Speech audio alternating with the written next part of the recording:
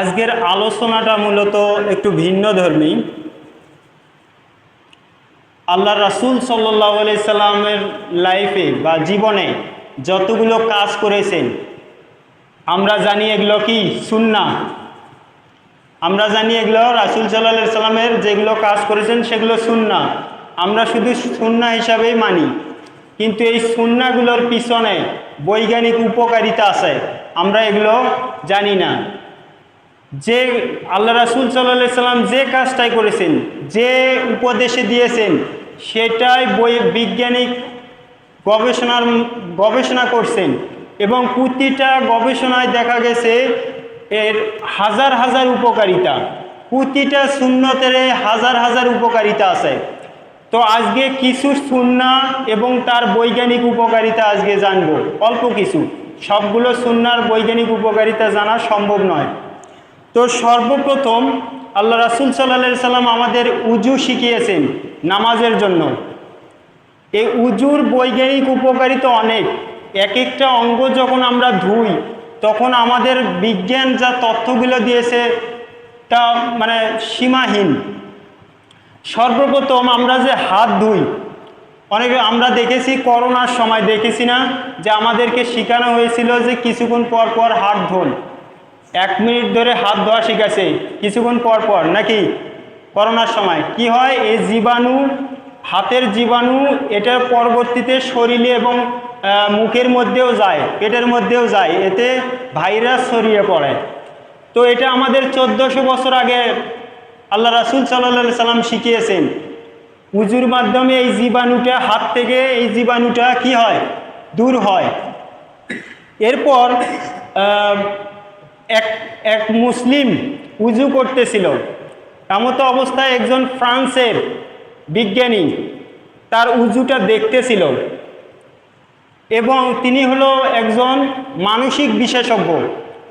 তার উজু করা দেখতেছিল মুসলিমের মানসিক ডক্টর। এরপর তিনি উজু করা শেষে ওই লোককে জিজ্ঞেস করলেন যে তুমি এটা কি করলা?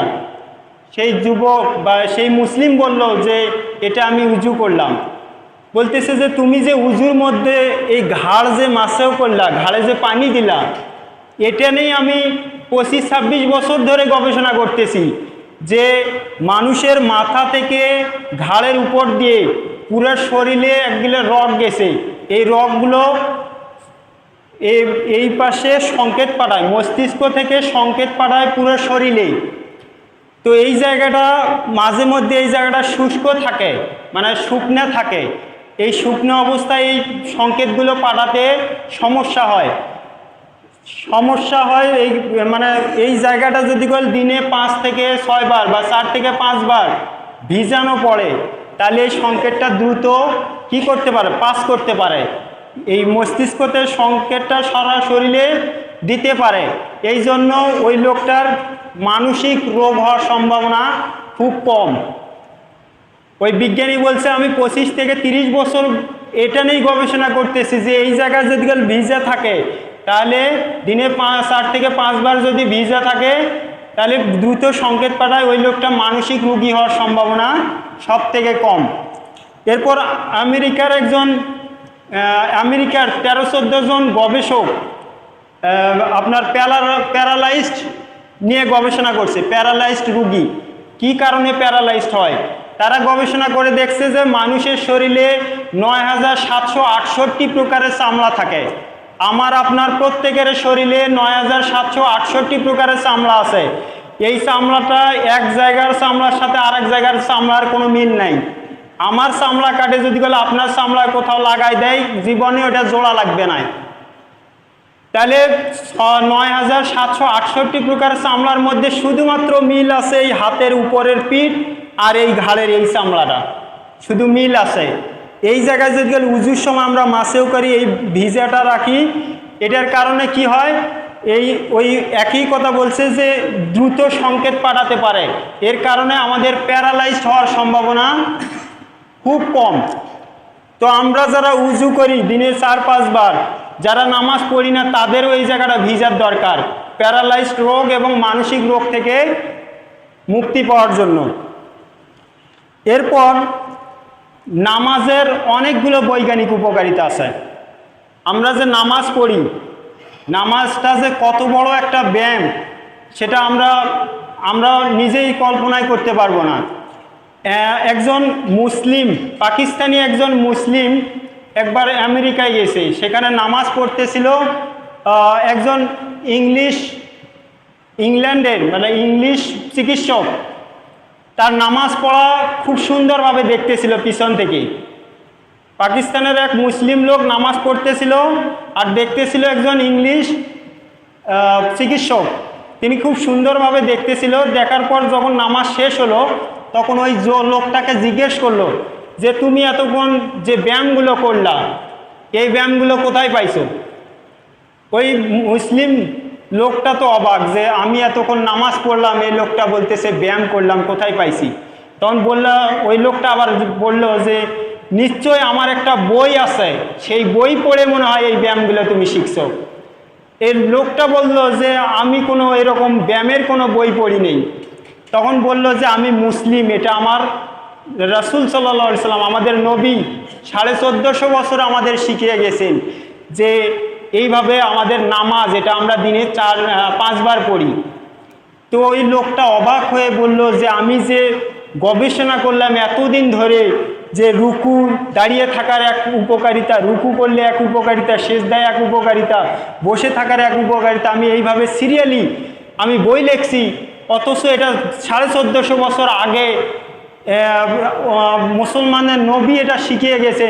তখন ওই লোকটা বলল যে এই মুসলিম হোক অমুসলিম হোক, যে কোনো লোকের, প্রতিটা লোকের, মুসলিম হোক অমুসলিম হোক, প্রতিটা লোকের নামাজ পড়া দরকার এই ব্যায়ামগুলো, এই উপকারিতাগুলোর জন্য। প্রতিটা লোকের কি করার দরকার?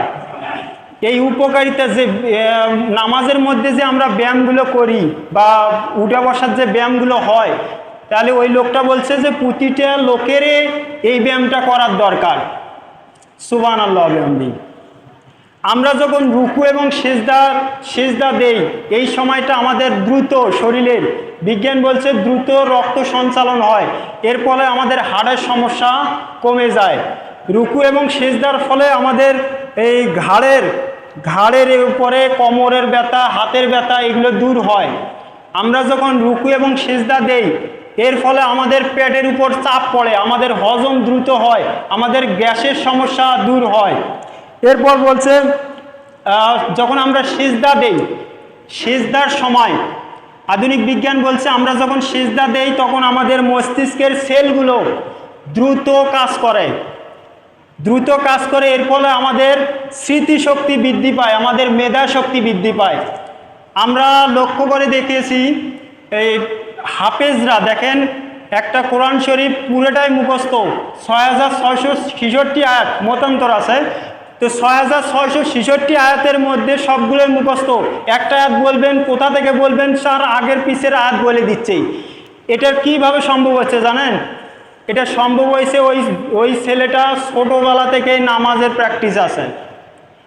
আমি আজকে চ্যালেঞ্জ করে বললাম, যদি কোনো যুবক বা কোনো ছেলে নামাজ না পড়ে কোরআন শরীফ মুখস্থ করতে যায়, পারবে না, পুরো মুখস্থ করতে পারবে না। নামাজের কারণে তার মেধা শক্তি বৃদ্ধি হয়, আর এর ফলে এটা সম্ভব হয়েছে।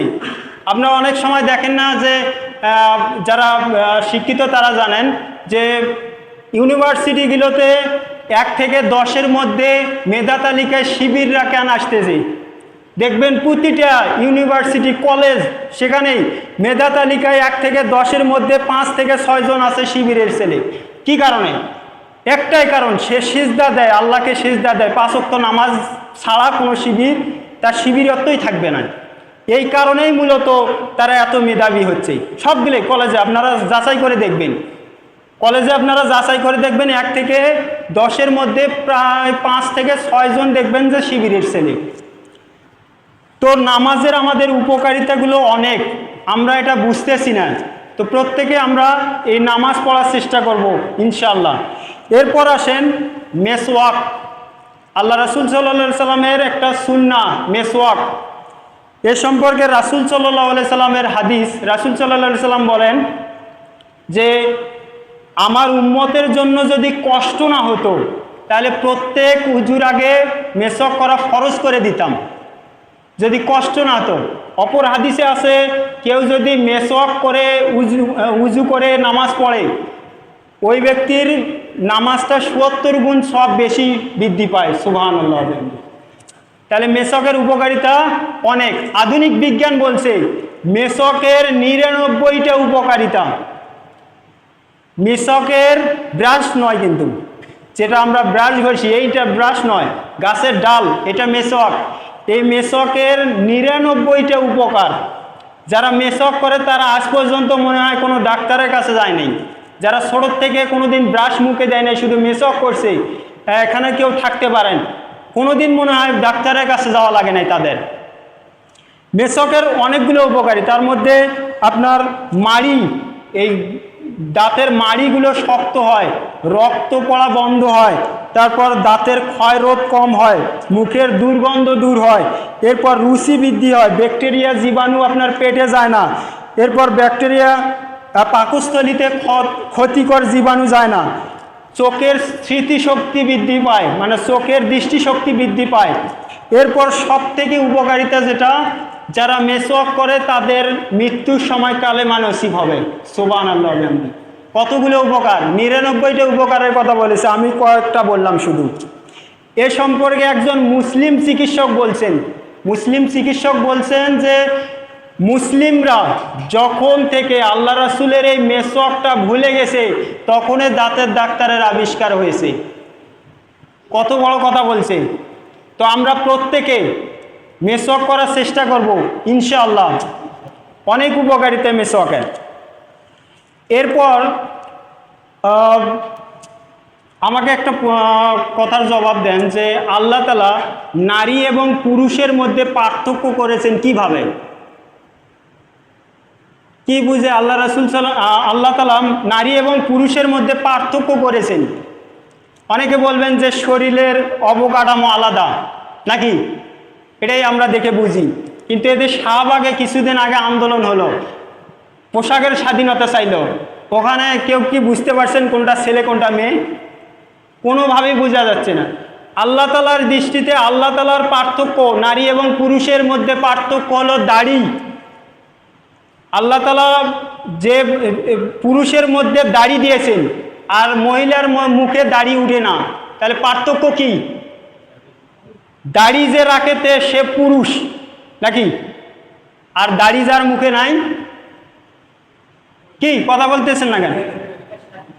যার মুখে দাড়ি আছে আল্লাহ তাআলার দৃষ্টিতে যার মুখে দাড়ি আছে সে পুরুষ, আর যার মুখে দাড়ি নাই সে কি? মেয়ে। দাড়ি গজায় না, তাই তো মেয়ে। আমরা অনেকে দেখতেছি 40, 50, 60 বছর বয়স হয়েছে, এরপরেও আমরা সেভ করে করে নারী হওয়ার চেষ্টা করি, ঠিক কিনা? হ্যাঁ, আমরা বারবার সেভ করে কি হই? নারী হওয়ার চেষ্টা করি। আল্লাহ তাআলা পার্থক্য করে দিলেন যে তুই পুরুষ, তোর দাড়ি হবে, আর মহিলা মানুষের দাড়ি হবে না। আমরা এই পার্থক্য বুঝি না, আমরা বারবার সেভ করে কি হই? নারী হওয়ার চেষ্টা করি। আধুনিক বিজ্ঞান কি বলছে? দাড়ি নেই। আধুনিক বিজ্ঞান বলছে যদি দাড়ি সেভ না করা হয় তাহলে সেভ করলে ত্বকটা নষ্ট হয়, এই দাড়ির ত্বকগুলো কি হয়? নষ্ট হয়ে যায়, মুখে ব্রণ উঠে। আপনি বারবার সেভ করার কারণে মুখের ভিতর ক্ষত হয়, গর্ত সৃষ্টি হয়, এর ফলে কি হয়? ক্যান্সার হওয়ার সম্ভাবনা আছে। বারবার সেভ করলে তো স্কিন ক্যান্সার হওয়ার সম্ভাবনা আছে। এরপর সবথেকে বড় উপকারিতা বলছে আধুনিক বিজ্ঞান, আপনি যদি দাড়ি রাখেন তাহলে আপনার যৌবন শক্তি বৃদ্ধি পাবে, আপনার কখনো হারবালের প্রয়োজন হবে না, যৌবন শক্তিটা কি হবে? বৃদ্ধি হবে। তো আমরা প্রত্যেকেই যারা এতদিন দাড়ি রাখি নাই, এরপর আর মনে হয় না কোনোদিন দাড়ি নিয়ে কোনো ওয়াজ করা লাগবে, ঠিক আছে না? প্রত্যেককে আল্লাহ তাআলা দাড়ি রাখার তৌফিক দান করুক।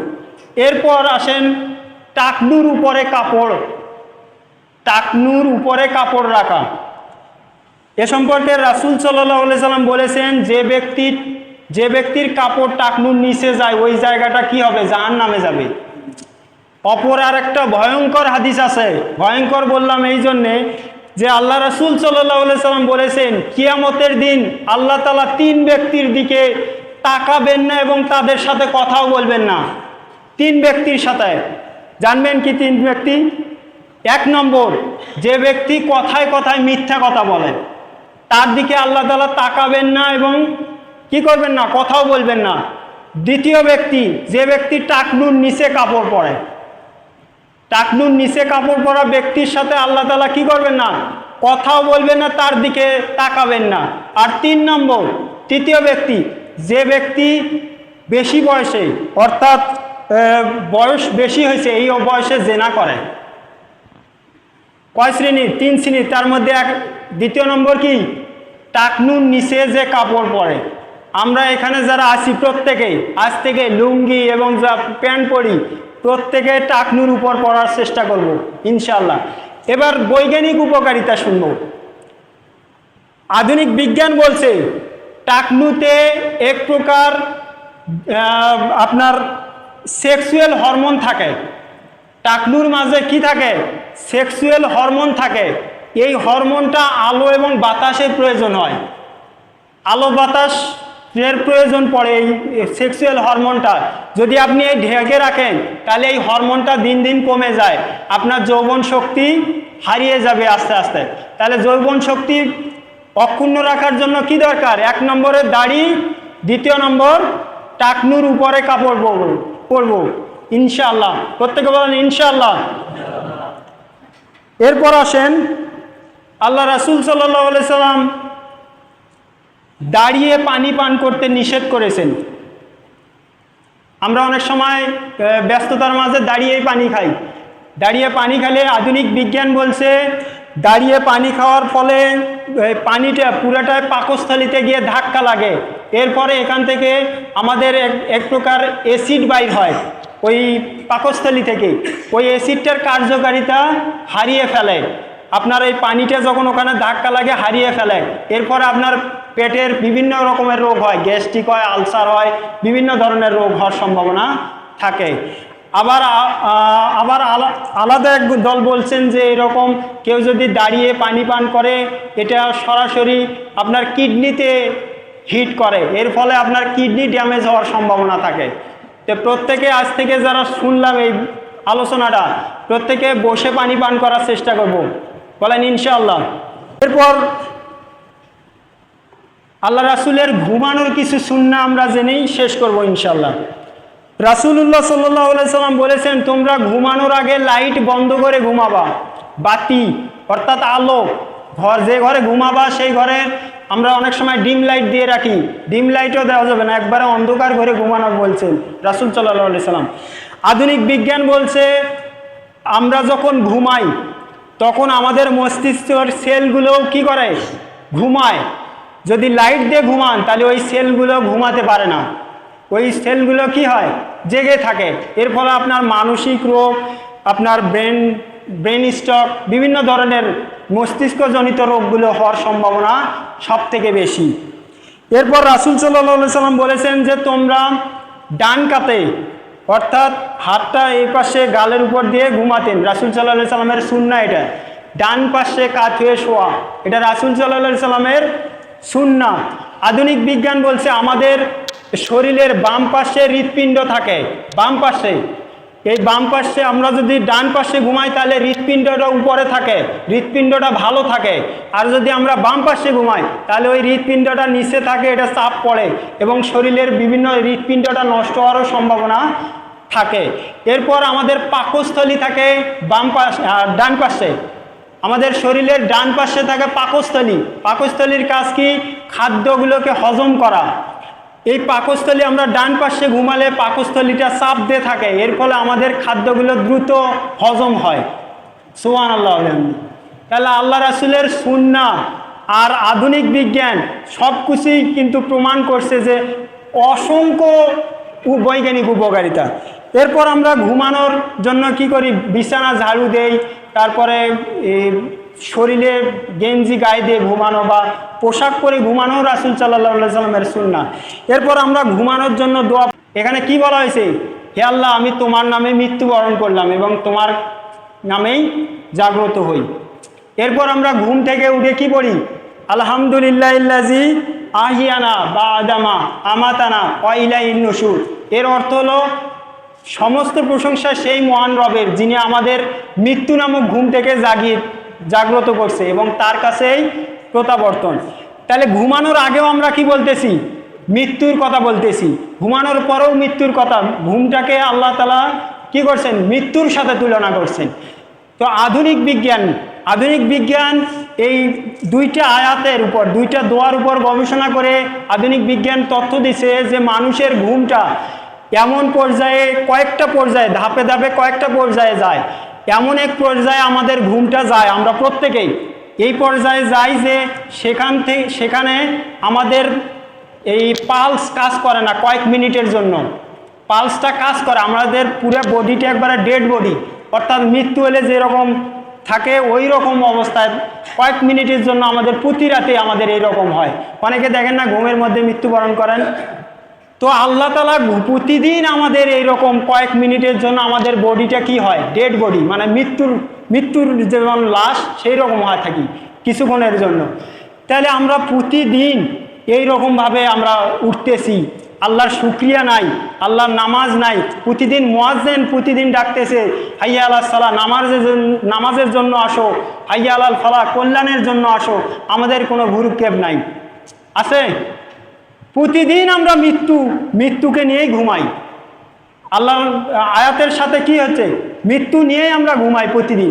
আমাদের বিজ্ঞানও বলছে যে মৃত্যুটা কার সাথে সম্পর্কিত? এই ঘুমটা মৃত্যুর সাথে সম্পর্কিত। তো আমাদের প্রতিদিন আল্লাহ তাআলা বলছেন, জিন্না ওয়াল ইনসান ইল্লা ইয়াবুদুন, জিন এবং ইনসানকে শুধুমাত্র ইবাদতের জন্য সৃষ্টি করছেন। আর আমরা কি করি? আমরা আবাদ করি, আমরা দুনিয়াবি আবাদ করি। আমাদের কোনো ভুরুক্ষেপ নাই, কোনো দিকে নাই। তো আল্লাহ তাআলার কাছে আমরা প্রত্যেকে চাই যে আল্লাহ রাসূলের যে সুন্নাহগুলো আমরা এতক্ষণ জানলাম, এই বৈজ্ঞানিক উপকারিতা কিন্তু অনেক। প্রতিটা সুন্নাহ আমরা পালন করার চেষ্টা করব এবং সেই সাথে নামাজের উপকারিতাও আমরা জানলাম। প্রত্যেকে আমরা নামাজ পড়ারও চেষ্টা করব। ওমা তৌফিক ইল্লা বিল্লাহ।